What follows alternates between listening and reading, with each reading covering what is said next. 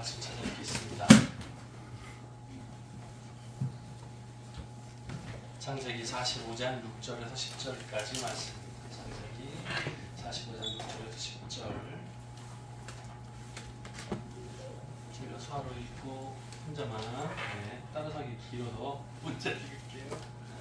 6절. 이 땅에 2년 동안 흉년이 들었으나 아직 5년은 밭갈이도 못하고 추수도 못할지라. 7절. 하나님이 큰 구원으로 당신들의 생명을 보존하고 당신들의 후손을 세상에 두시려고 나를 당신들보다 먼저 보내셨나니 그런즉 나를 이리도 보내니는 당신들이 아니요 하나님이시라. 하나님이 나를 바로에게 아버지로 삼으시고 그 온 집의 주로 삼으시며 애굽 온 땅의 통치자로 삼으셨나이다. 9절. 당신들은 속히 아버지께로 올라가서 아뢰기를 아버지의 아들 요셉의 말이 하나님이 나를 애굽 전국의 주로 세우셨으니 지체 말고 내게로 내려오사. 10절. 아버지의 아들들과 그리고 아버지의 손자들과 아버지의 양과 소와 모든 소유가 고센 땅에 머물며 나와 가깝게 가소서. 아멘. 옆에 앉은 분들 인사할까요? 메리 크리스마스. 메리 크리스마스. 메리 크리스마스. 우리 점을 찍어놔야 되나? 하나, 둘, 셋, 넷, 다섯, 여섯, 일곱, 여덟, 8개네요. 네. 여기 보면 하나님의 구원 계획을 간단하게 거의 한 4주 정도? 4주 동안에 설명했던 내용들이 이렇게 요약하게 돼 있어요.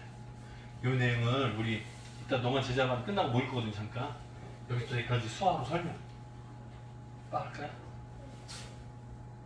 네, 있어요. 하나 할 수 있어. 아 이거 동시는 뭐야? 이거 뭐예요? 잘 보고 이따 끝나고 나서 우리 내가 모였을 때 설명 잘 알았죠? 잘 보세요. 자, 요셉 얼굴 이름 요셉이 나이가 17살 때 꿈을 꿨어요. 한 번, 두 번. 첫 번째는 무슨 꿈? 곡식단, 형제들의 곡식단이 나한테 절하는 꿈. 첫 번째. 두 번째는 무슨 꿈? 해와 달과 11별이 나한테 절하는 꿈. 별이 절을 하는 건 좀 이상한 건데, 그죠? 네. 그때도 이렇게 별표가 이렇게 꼬부러졌나요? 잘 모르겠어요, 그거는. 어쨌든, 네, 첫 번째 꿈, 두 번째 꿈을 꿨어요. 이 꿈을 자랑했어요, 형제들한테. 자랑했더니 미움받았어요. 시기 질투가 생겨서, 요셉을 종으로 팔아버렸어요. 그리고 죽은 것처럼 옷을 찢어가지고 동물의 피를 발라가지고 아버지를 속이죠. 기억나요? 맞아. 자, 그 다음에 팔려가서 종으로 살게 된 집이 이름이 보디발 12대장 집에 종으로 살게 됐고 시간이 지나면서 능력을 인정받아요. 형통이라 그랬죠. 그래서 총무를 맡아요. 집안의 모든 일을 다 책임지는 총무 역할을 맡게 돼요. 그런데 부인, 요 보디발의 부인 때문에 누명을 쓰고 감옥에 들어갑니다. 근데 감옥 안에서도 뭐라고요? 형통 그랬죠. 형통. 그래서 전옥이라고 했죠. 옥 전체 사무를 담당하는 대표인데 그가 보는 사무를 대신 감옥에 갇혀있는 죄인한테 맡기는 거예요. 그래서 요셉은 이 안에서도 행정전공 담당했어요. 그러다가 술 맡은 관원장하고 또 떡 맡은 자 두 사람이 들어왔는데 감옥 안에서 이 두 사람을 섬기게 되죠. 누가? 요셉이 두 사람을 섬기게 돼요. 그 중에 술 맡은 관원장의 꿈 해석을 해주고 정말로 술 맡은 사람이 석방이 되죠. 3일 만에 석방이 되고 떡 맡은 자는 죽고 그 다음에 2년이 지나고 나서 바로 왕이 꿈을 꿔요. 그게 무슨 꿈이냐면 살진 소 7마리, 파리한 소 7마리 잡아먹는 꿈. 또 곡식 이삭이, 풍성한 이삭이 있고 화려한 이삭이 있는데 이 삐쩍 마른 이삭이 풍성한 이삭을 잡아먹는 꿈. 그래서 이 꿈도 첫 번째, 두 번째가 있었어요. 그죠? 근데 이 꿈을 해석할 사람이 애국 전국에 아무도 없어. 누구? 요새만 할 수 있는. 기회가 이상한 거예요. 그러니까 아무나 할 수 없는 상황과 기회를 하나님께서 허락하시는 거예요. 그래서 요셉에 맡겨서 그 일들을 해결하고 나니까 이 문제, 풍년 7년, 흉년 7년을 이것을 해결하고 대비할 수 있는 능력을 가진 사람이 누구뿐이에요? 다른 사람은 몰라. 처음 듣는 얘기. 근데 이걸 맞췄다가 잘못되면 다 책임져야 되잖아. 그러니까 다들 싫어하는 거예요. 근데 그 중에 누가? 요셉이 받게 되는 거예요. 그래서 애굽의 총리가 되는 거죠. 그 상황까지의 이야기예요.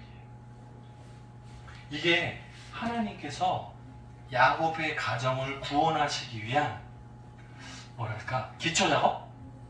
기초작업 같은 그런 느낌이에요. 자, 이 꿈이 성취되는 거 보세요. 요셉이 나이가 17살일 때 첫 번째, 두 번째 꿨던 꿈, 그것이 뭐라고요? 흉년 두 번째 해가 되니까 곡식이 다 바닥나고 곡식을 사기 위해서 먼 곳에서부터 사람들이 찾아와요. 애굽에만 뭐가 있어요? 곡식이 쌓여 있어. 왜? 전국 다 똑같이 7년이 풍년이었어요. 하지만 늘 그러는 줄 알고 다 먹어치운 거죠. 매년마다 다 먹어치운 거예요.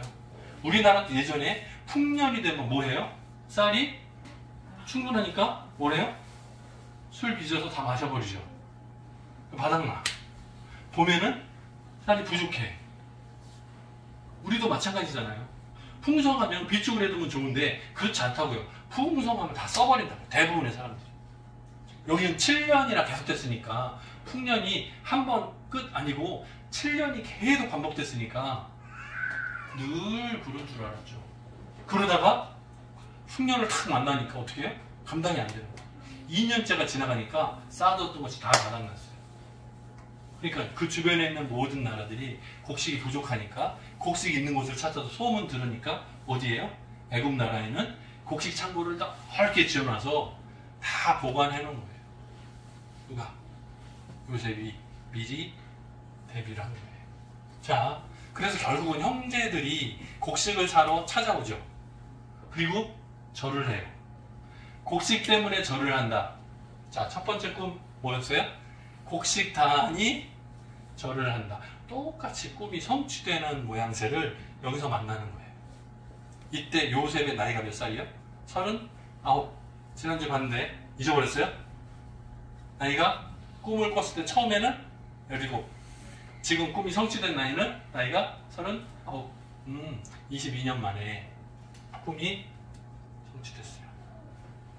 근데 저는 예전에 보면 이 17살 때 꿈 얘기를 형제들한테 자랑하지 않았으면 미움받지 않고 시기 질투 없이 종으로 팔려가지 않았을 텐데 생각한 적이 있었어요.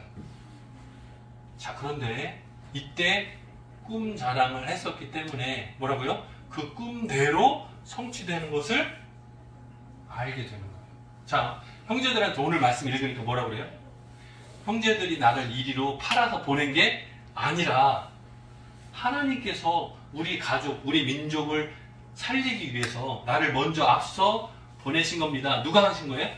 하나님께서 역사를 주관하고 계십니다. 라는 고백을 하잖아요. 여기서 동감이 돼야 마음이 안심이 되죠. 그렇지 않으면 지금 우리 죽이려고 오해할 수 있단 말이에요. 자, 그런데 뭐라고요? 17살 때 꿈 얘기한 게 있잖아요. 곡식단, 형제들의 곡식단이 나를 향해서 절하더이다. 그 꿈 기억납니까? 그거 지금 성취되고 있어, 지금 22년 만에. 그러니까 아가 되는 거예요. 자, 5절에 보니까 오늘 말씀이에요. 당신들이 나를 이곳에 팔았다고 해서 근심하지 마소서, 한탄하지 마소서. 아오나 울지 마. 근심하지 마라 아오나. 자 봐라요. 하나님이 생명을 구원하시려고 나를 당신들보다 먼저 앞서서 보냈습니다. 나를 미리 보내신 겁니다. 당신들 모두를 구원하시기 위한 하나님의 큰 계획입니다. 하나님의 구원 계획이 크도다. 어때요? 우리가 어려움을 딱 당할 때는 무슨 생각을 해요? 아, 내 잘못, 내 실수 때문에 이거 좀 꺼주세요. 더워 죽겠어요. 나 혼자만 더운 거죠? 네. 따뜻하니까 주무신 분이 많은 것 같아요. 이상하죠, 그죠? 우리 교회 성도들 숫자는 많지 않거든요. 그런데 주무시는 분들은 많아요. 아, 이상하죠? 자, 보세요. 요 얘기하고 비슷한 맥락이 창세기에서 나와요. 잘 보세요. 정신 차리고 잘 보세요. 창세기 15장. 그러면 주인공이 누구죠? 아, 물론 모든 성경은 주인공은 하나님이세요. 네, 예수님이시고. 자, 그런데 창세기 15장에서는 누구 얘기가 나오는 대목이에요? 누구? 믿음의 조상? 아브라함이 나올 때예요. 자, 그런데 15장이니까 17장에 할례를 받으니까 15장이면 이름을 바꾸지도 아직 않았어요. 그래서 이름이 아브람이라고 나올 때예요. 창세기 15장 7절이 뭐였어요? 혹시 기억이 가물가물? 창세기 15장 7절이 아브라함이 하나님의 말씀을 믿으니 의로 여기시고 말 나오잖아요. 자, 바로 그 다음에 이어진 내용이 13, 14절에 이 내용이 나와요. 내 자손이 이방에서 손님과 같이 객이 되어 그들의 노예로 살다가 하나님께서 그 이방 민족을 징계하고 내 자손은 재물, 금, 귀걸이, 금걸이 가지고 나오리라. 요게요, 창세기 15장에 이미 아브라함과 하나님 사이의 대화에서 약속이 돼 있어요. 아브라함한테 뭐라고 계속 약속이 반복되죠? 야야, 넌 지금 아이를 낳지도 않았다. 하지만 하늘을 봐라, 바다를 봐라. 그러면 바닷가에 모래밭에 모래의 숫자가 많은 것처럼 하늘의 별을 봐라. 서울에서는 안 보이지만, 네? 여기는 중동이잖아요. 그죠? 깜깜한 밤에는 이 도심의 불빛 같은 게 하나도 없잖아요. 강원도 시골에 가서 하늘의 별 봤어요? 본 적 있어요? 못 본 것처럼 가만히 계신 거 봐. 자, 연세가 많으신 분들은 다 봤어요. 다 알아요. 기억이 있어요. 목포에도 많아요. 어마어마해요. 몰라요. 자, 밤에는 하늘에 본 별들이 확 쏟아지는 것 같은 느낌. 가만히 보고 있으면 별들이 이렇게 막 다가오는 것 같은 느낌. 착시라고 그러죠. 눈이 착각을. 점점 보이는데 그 안에 또 쫙 있어요. 그게 쫙 열리는데 그 안에 또 쫙 있어요. 끝없이 많아요. 그래서 하늘의 별과 같이 내 민족 자손들이 많게 해주겠다 약속을 계속 반복해서 받을 때예요. 때가. 그런데 그 얘기 중에 아브라함이 하나님의 말씀하신 것을 믿었다고요. 왜요? 자신의 몸은 이미 죽은 것 같고 아내의 몸은 이미 경수가 끊어졌어요. 아이를 낳지 못하는 몸이라고요. 그래도 불구하고 내 자녀손들이 정말 하나님 말씀처럼 하늘의 별처럼 바닷가의 모래알처럼 많아질 줄 믿습니다. 그 믿음을 가진 거예요. 그러니까 이 약속을 하는 거예요. 내 자손이 앞으로 많이 늘어나면 이방 나라의 객처럼 돼서 그들의 노예로 살다가 내가 그들을 징계하고 내 자손들이 재물을 다시 이끌고 나오리라. 조한석 집사님 깨고 가요. 조한석 집사님, 예배 중에는 통화하면 안 돼. 봐봐요. 네? 예배 중에는 통화하는 거 아니에요. 금지야. 불법이에요. 네. 여기 또 못 봤을 거 아니야. 다시 설명해야 되잖아. 한 명 때문에 시간이 길어지잖아요. 잘 봐요. 자, 내 자손이 이방 나라에서 객처럼 살다가 그들의 노예가 되고 하나님께서 그 나라를 징계하심으로 그들이 내 자손은 받아가지고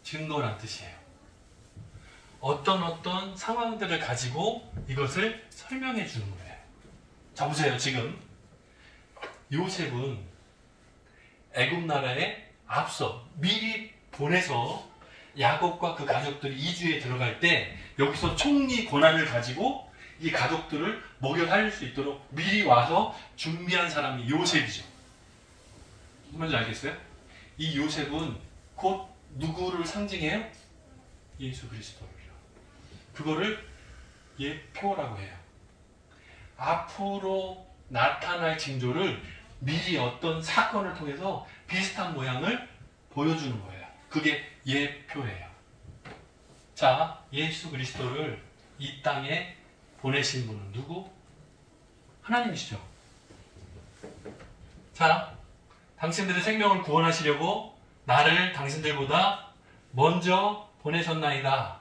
자, 요 파란색으로 제가 써놓은 요 말씀을 우리가 받을 때 예수 그리스도를 우리를 구원하시기 위해서 미리 보내시는 분은 하나님이십니다. 똑같은 거예요. 같은 상황이에요. 요한복음 14장 3절에 보면 예수님께서 제자들을 가르치시면서 이런 말씀을 주십니다. 내가 너희를 위하여 거쳐 머물 곳을 예비하면 내가 다시 와서 너희를 내게로 영접하여 나 있는 곳에 너희도 있게 하리라. 이거는 약속이에요. 예수님이 직접 하신 약속이에요. 자, 그러면 예수님은 지금 하늘나라에 가시기 전에 제자들을 가르치시는 거거든요. 그러면 예수님이 먼저 가서 제자들이 구원받아서 들어갈 천국을 미리 예비해 두시고 나중에 심판주로 다시 오신다는 것을 약속하시는 거예요. 이해가 되세요? 요상황과 여성황은 또 별도지만 뭐라고요? 예수님이 먼저 가서 예비해 두시고 우리를 데려가서 거기서 행복하게 살게 해주신다는 약속. 오호. 자, 보세요. 자, 보세요. 요셉은 지금 애굽 나라의 총리가 됐죠. 먼저 앞서 갔어요. 그러면 요셉이 먼저 보냄을 받아서 애굽에서 총리로서 역할을 하면서 준비. 누구 오는 걸 준비하는 거예요? 가족들이 이주해 오는 것을 준비하는 거예요. 요 모양의 그 모양새가 뭐랑 똑같냐면 예수님이 천국에 먼저 앞서 가셔서 우리들이 살 곳을 미리 준비해 두시고 기다렸다가 가족들, 자녀들, 백성들, 예수 믿고 구원받은 백성들을 초청해서 하나님 나라에서 편하게 살게끔 준비하신다는 약속과 이것과 비슷하다고요. 이걸 뭐라고 설명하냐면 예표라고 한다고요. 왜 이런 사건의 역사를 기록하고 있는가? 예수님이 이 땅에 오심과 하나님 나라에 먼저 가셔서 거처를 예비해 두시고 우리를 초청하시기까지 그 모습을 보여주시기 위한 역사적인 사건이라고. 이게 예표라고요. 신기하게도 창세기 15장에 아브라함과의 약속이 성취되는 것을 이렇게 여기를 이렇게 보여주시잖아요. 이와 같이 예수 그리스도께서 다시 오셔서 우리를 심판해서 해방시키시고 구원하실 것을 미리 요셉을 통해서 보여주시는 거예요.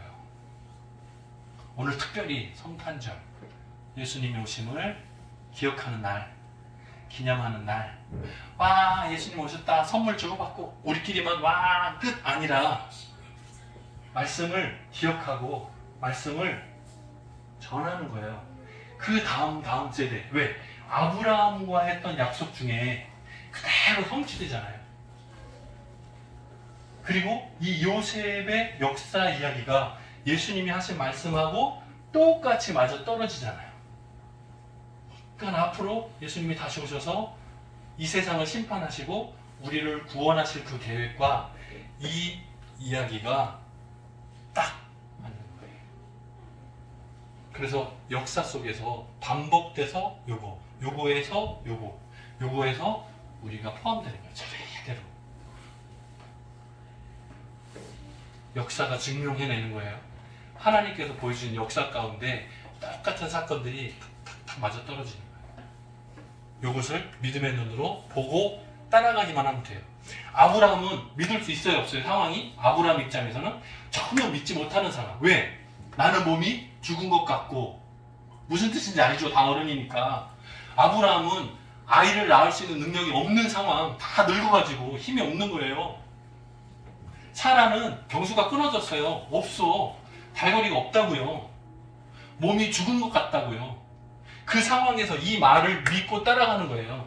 나는 내 몸이 정상이 아닌데 이제 다 늙어서 죽을 때가 가까웠고 아내는 아이를 낳지 못하는 몸인데 우리 둘을 통해서 자손들의 숫자가 하늘의 별과 같이 많다. 바다의 모래와 같이 많을 거다.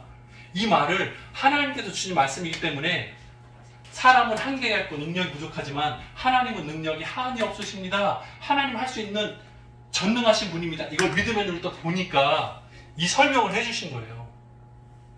앞으로 일어날 역사를 아브라함에게 특별히 보여주신 거예요. 여러분 기억나세요? 소돔하고 고모라 성이 부패해서 망할 때가 가까웠는데 그 징계할 때요. 하늘에서 유황불 비가 막 내리죠.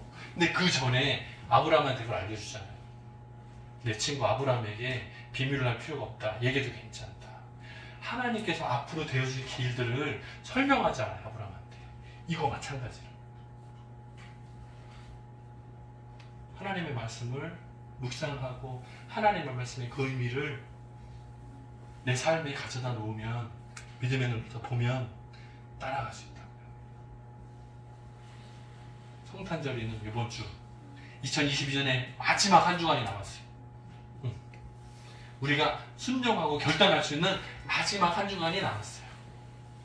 저 여러분을 통해서 하나님께 보여주신 말씀의 증거들이 예표, 예수 그리스도를 통해서 우리들의 삶 가운데 온전히 드러날 수 있기를 주님의 이름으로 축원드립니다.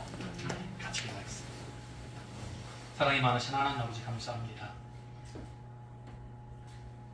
이 죄악이 가득한 세상에 예수 그리스도를 보내주시고 십자가에 달려 피 흘려 죽으심으로 우리의 죄를 대속해 주시고 우리가 구원의 길에 들어서게 허락하심을 감사합니다. 믿음의 눈을 떠서 예수 그리스도는 나를 위해서 나를 대신해서 십자가에 달려 피 흘리셨습니다. 고백함으로 예수님을 나의 구주로 영접하고 새로운 인생이 시작되는 그 길을 허락해 주시니 감사합니다. 우리 처음에 모든 가족들이 예수님과 함께 동행하는 한 주간 되게 도와주시고 하나님의 구원 계획의 큰 비밀을 깨달아 알고 눈이 열려져서 믿음의 길로 나아갈 수 있는 이번 한 주간 되게 도와주옵소서. 감사드렸고 예수님 이름으로 기도드립니다. 아멘.